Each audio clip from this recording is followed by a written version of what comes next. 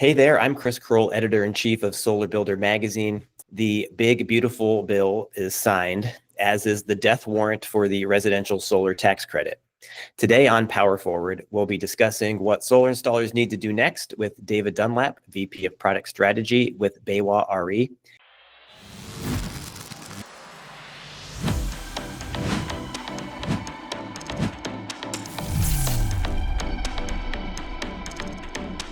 Hey, David, how you doing today? Hey, Chris, I'm good. Good to see you. Well, thanks for taking the time as always. So we know the 30% tax credit, 25D, will be gone at the end of the year. So now we also know there will be a mad dash to make sales and get installations done before the December 31st deadline.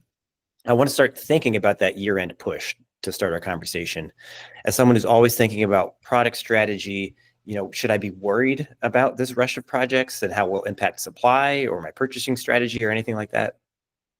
It's a great question. I think the right place to start. But let's first make sure that we're clear that the 25D tax credit is the homeowner personal investment tax credit that they take on their personal income. And for that reason, impacts the cash and loan portion of residential solar. The lease portion of the market is handled under 48E, and that obviously doesn't expire. There's some changes in the ramp down, but when we're talking about the cash and loan, there are fewer strings attached to those tax credit dollars, and the cash and loan portion of the industry is not 100% of the volume, obviously. And because there are fewer strings attached, basically the supply is across all available imported and domestic equipment, right? Mm-hmm. So I think the important way to sort of frame this and think about it is, which lane are you in as a business? What supply are you sort of aligned to in your business strategy? I mean, yes, supply constraint potentially could be an issue if you're going after product that is in limited supply or in high demand across those other funding streams. I guess my point being, if you have not been selling domestic content product because you're not selling a domestic content lease and you haven't pitched that value to your homeowner, now's not the time to switch over and say, suddenly, I want to sell you this domestic, because that is going to be way more constrained. It's challenging to say we're going to encounter a mad rush and supply will be constrained. Yes, we will see evidence of constraint, but in specific lanes and specific product categories. So understanding where your business fits and which products you're aligned to, and asking the questions of your distributor or your partners, do I have challenges here? Is there a pivot I can make that's not in constraint that I should be aligning to for the rest of the year? I think that's the conversation to have. When we do get to the end of the year, do we know what has to be done to qualify a project for the tax credit kind of at the buzzer? I know there is no safe harbor for payment for a project to be done after December 31st. And it sounds like a project installation must be completed, but that maybe PTO isn't required. I don't know if all that sounds right, or if you want to clarify kind of what constitutes a project. Yeah, the final language was attempted to be more clear, and it sort of has to do with expenditures made, and the intention is clearly that project work is completed.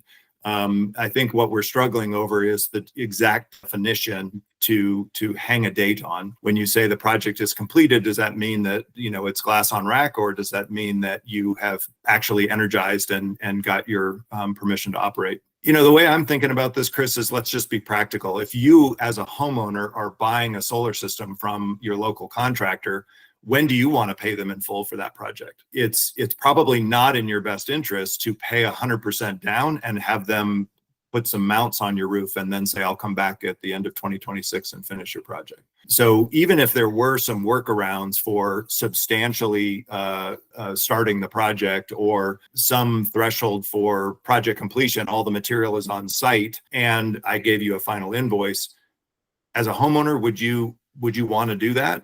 How much trust do you have? How much leverage do you have to get that contractor to come back and finish? As a contractor, what obligations are you setting yourself up for? Do you really want to take all that money ahead of time and then have a backlog of work to complete with no future draws, payments into your business, right? So there's a There's a level of honesty, integrity, and sophistication that the business needs to operate under that says, I know I collected that money in advance of work being done, and I'm not going to spend it somewhere else in my business. I'm going to hold on to it and use it for that completion. So I think my advice is make sure that you don't oversell your installation capacity.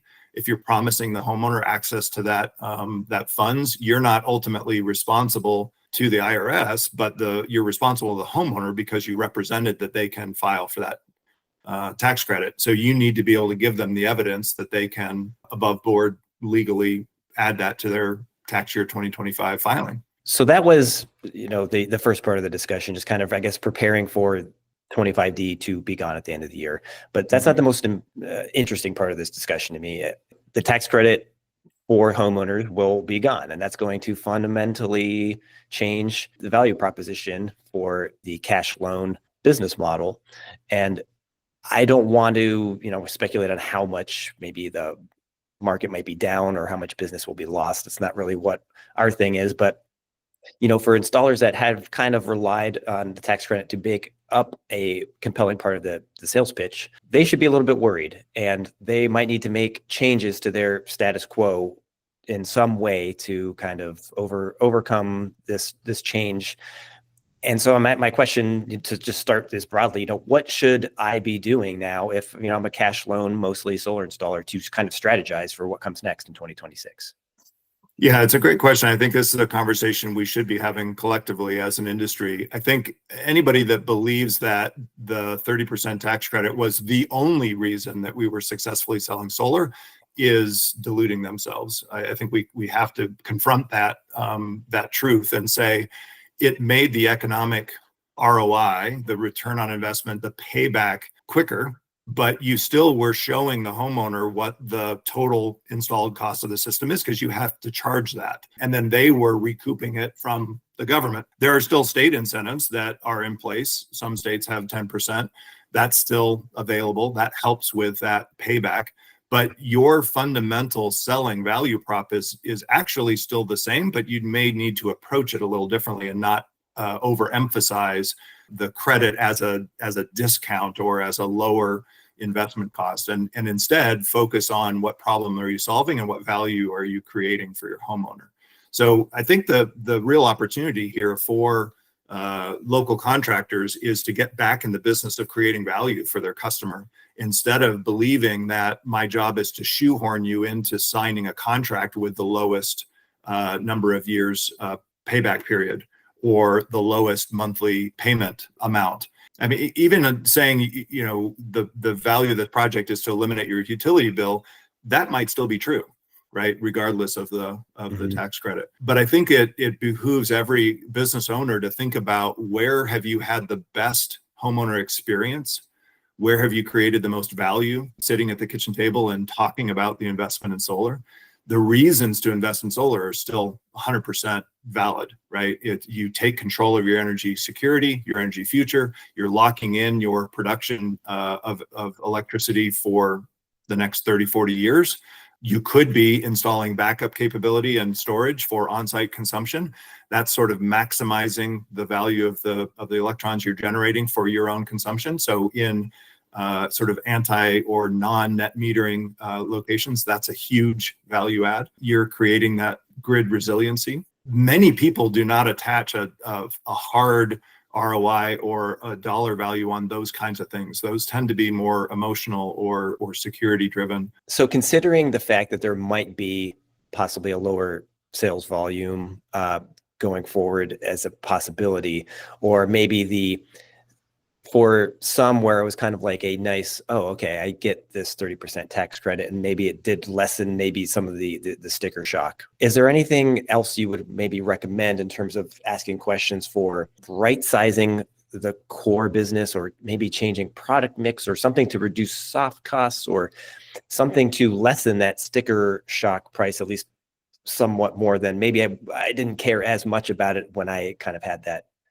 ITC to show them, hey, you're getting this extra deal at the end? The short answer is yes. There definitely are some other approaches, other ways to think about this. And again, I think it's kind of core values of the business and what do you believe your mission for the homeowner value creation is when you're talking about investing in solar, and trying to do enough discovery with them to align your offer to what they value, right? And so it's not going to be the same cookie cutter solution for every single homeowner you talk to. I think that's something that we kind of lost sight of in the boom when we had, just this wave of door knockers that had a singular value prop: eliminate your utility bill, no money down, sign here. We basically just flooded the market until we got enough people to sign up for that one thing, and maybe even with not so transparent or honest business practices, right? So as an industry, we need to address that. We need to fix it. We should not be paying exorbitant commissions for that kind of sales behavior. So we can address soft costs. We can address the overall equipment cost stack if we understand what the goal is. And if the goal is a shorter rate of return on that investment, if we care about truth in lending and disclosure, some states have started to mandate that. I think that's a good thing for our industry. And then, as an individual business, you need to think through your experience, your vast experience of years of selling solar. What are the main opportunities that you have, or the main value props for different kinds of customers, and what solutions do you have? To your point, maybe it's a slightly modified line card for cash and loan versus lease. So I offer multiple funding opportunities, and I offer multiple product offerings that are tailored to the best opportunity within those different streams. But I know not every customer is a lease customer, or I know not every customer has cash. And I think what we're going to see in the pricing in the market is, if you're accessing federal funds, you've got a much higher bar, not only to qualify for those funds, but to procure the equipment and everything that goes with it. So you've got this higher cost of acquisition, cost of equipment, and threshold of FIAC and other requirements in order to utilize those federal dollars that bring that total invested cost down. Or you can avoid it altogether and buy over here, where it can just be imported supply. Right? It can be just the cheapest cost of equipment deployed. And you mentioned it, right? Reducing soft cost and getting the overall cost stack down. I kind of intentionally avoided the whole FIAC, foreign entities conversation for today, because there's still many ways that could go, and things to be figured out by lawyers and all sorts of people. And I think there's also, we have to be aware that the model of just blow and go selling solar only, we're past those days. The value prop now is building energy independence or energy utilization. So start with energy management, start with storage, start with self-consumption, do an energy audit in the home. These are all services that you can sell to a homeowner, and they can be a point of entry as a first stage for repeat business. Maybe now is the time to stand up a service department for repowering and for O&M, because there's a lot of orphan systems in your community because they were sold 15 years ago and the business that originally sold is out of business. So two things. One, good shout out to the repowering edition of Power Forward that we did in our previous episode. If you all missed that, be sure to go check that out and understand maybe some of the questions to be asking about how to really start considering more repowering jobs and service opportunities as part of your line of business.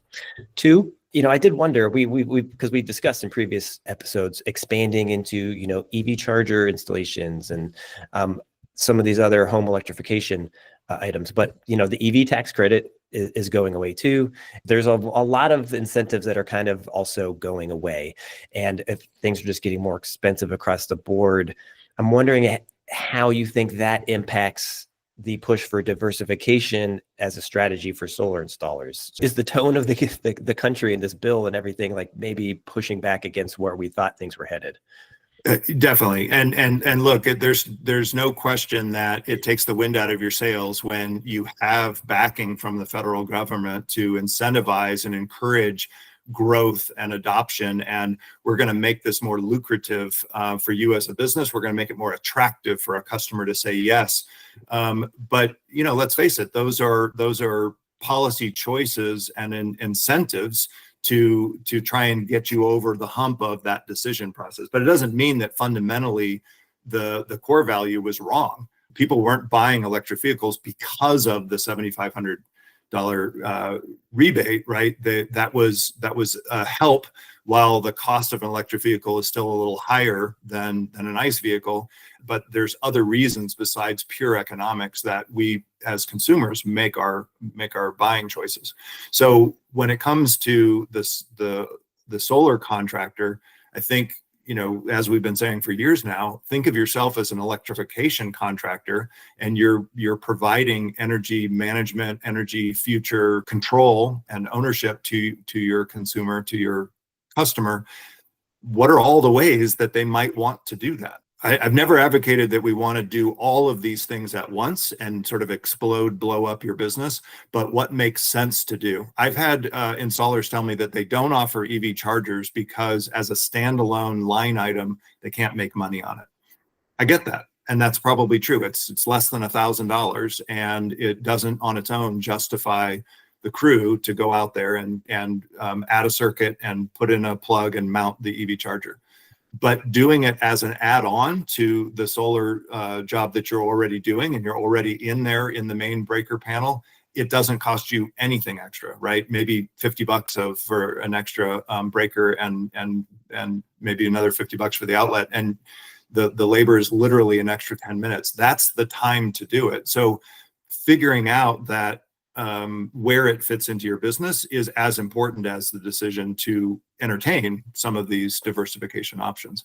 Time and time again, I hear people say the most valuable experience they've had with local contractors is when they anticipate what work you need next, right? So you establish rapport, you build trust, and then now when I need this new thing, I know who to call, and I'm going to ask you to come back and do that. I'm curious if you think that maybe more residential focused installers should be really thinking about moving into the commercial space more, because we know rates are going to be going up, and the tax credit will still be accessible for commercial jobs.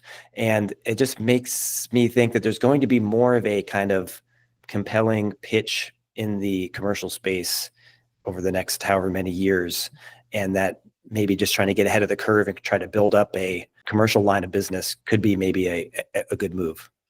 Absolutely. I think the challenge there has been the residential installers were either nervous or felt ill-equipped to compete in the commercial space, or just lack of experience. But yeah, the runway to still leverage some tax credit dollars and make the economics more attractive is there in the commercial space. Really, the fundamental difference between the commercial and the residential is that separation of pure economic argument versus more of an emotional decision or something. But even the most emotional driven commercial business needs a business justification, but it doesn't mean that they're devoid of emotion. So they could have a critical loads requirement. They could have an always on requirement that, again, I think the shift we need to make here is we're not just solar power plant generator installers, we're energy management contractors. And I think a lot of businesses, if you take an honest look at their lost revenues when power goes out, or some kind of a grid interruption event, or lack of ability to function, that's your economic argument right there. And for some businesses, it could be a matter of hours, and they've paid for the system. And if you start with battery storage and PV as an option, that's actually a really, really compelling argument to make. But just like the kitchen table conversations, you have to get into the weeds with the decision maker of the business. And that's hard to find. Is it the building owner? Is it the building leasee that owns the business? Do they have rights to install permanent equipment on the building, in the building? It's a longer sales process. And then the electrical componentry is more complicated, but the business case is absolutely there.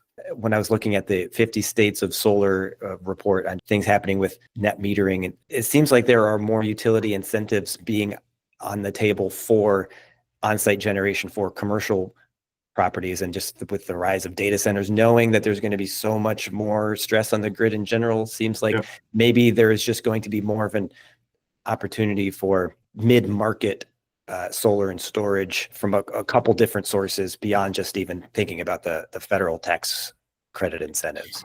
Really well said. I think that's it. It's whether it's an incentivized opportunity coming from the utility or it's a disincentivization based on rate hikes and time of use rate structure. There's pressure from the utilities to seek alternative energy production and energy consumption means. But it's not a cookie cutter. It's not the same solution in every state, every market. But within every state and local market, there are really great solutions that can be had. The federal government incentive dollars that go in, that's just pigeonholing a slice of that incentive. But we've proven to ourselves globally that utility scale solar without any incentives is still cheaper than natural gas and many other forms of electricity generation. So we don't actually need the incentives. It's just really abrupt and hard to think about. We had them today and we won't have them tomorrow. Within that commercial realm, we've got time, we've got a ramp. And in all fairness, when the IRA was passed and we said we have 10 years, nobody was thinking about what's that transition going to be. We just wanted to enjoy the time while we had it. Well, now we've got to start thinking about what is that future. How do you feel in general about losing the tax credit for homeowners? You know, between the two of us, you're a bit better at finding silver linings than I am in general. and I was just curious if, maybe you can make a case for one here that, this is going to be tough, but maybe it's not a bad thing. Just curious your take on that. Yeah, it's not great. It definitely, we needed a runway and a ramp down. If we look holistically at what this policy has kind of combined, it's maintaining financial incentives for corporations, for businesses, and taking away the power of choice and the opportunity for support and incentivization from individuals, from people.